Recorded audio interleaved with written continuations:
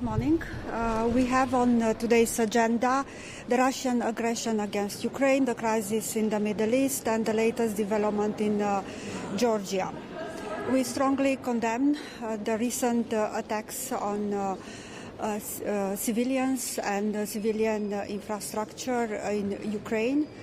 This is why it's so important to step up the EU's military assistance for Ukraine. Romania welcomes the adoption of allocation of proceeds from Russia's frozen assets on military assistance and strongly urge the political agreement on implementation of the Ukrainian assistance funds within the European peace facilities. Given the severe and intensive Russia's attack on civilian infrastructure and mainly on energy infrastructure, we call for more EU assistance in this field. Romania will continue to provide Ukraine with electricity. On sanctions, Romania supports the adoption of the 14th sanction package. I will also underline the importance of tackling the Russia's hybrid threats with consequences on the whole region. We express our solidarity with the Baltic countries confronted with hybrid provocative actions from Russia.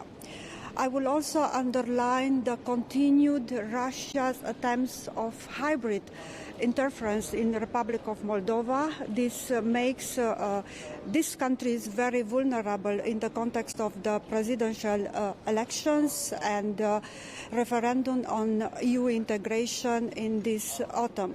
And this is why it's very important to support the Republic of Moldova in this field.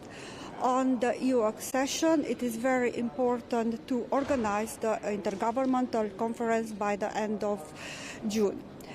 With respect to latest development in Georgia, the adoption of the law on foreign influence is undermining the EU agenda of Georgia. Georgia must be predictable and consistent with its European agenda, and Romania fully supports the Georgian people's European aspiration.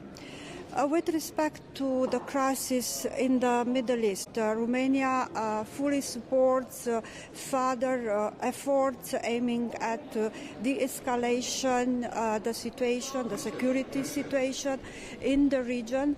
It is important to continue our multi-layered approach based on releasing all the hostages, providing humanitarian assistance for civilians in Gaza, support for sustainable ceasefire and resuming of political negotiation based on the two-state solution.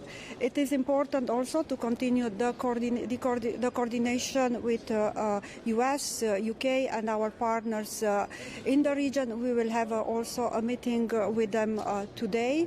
I also support the continuation of engaging with Israeli and Palestinian authority, and it is also important to invite them at the next Foreign Affairs Council to continue the dialogue.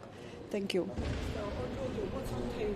So today, which kind of discussion and we will, as I said, we will continue our discussion because for us it's very important to keep Georgia close to us.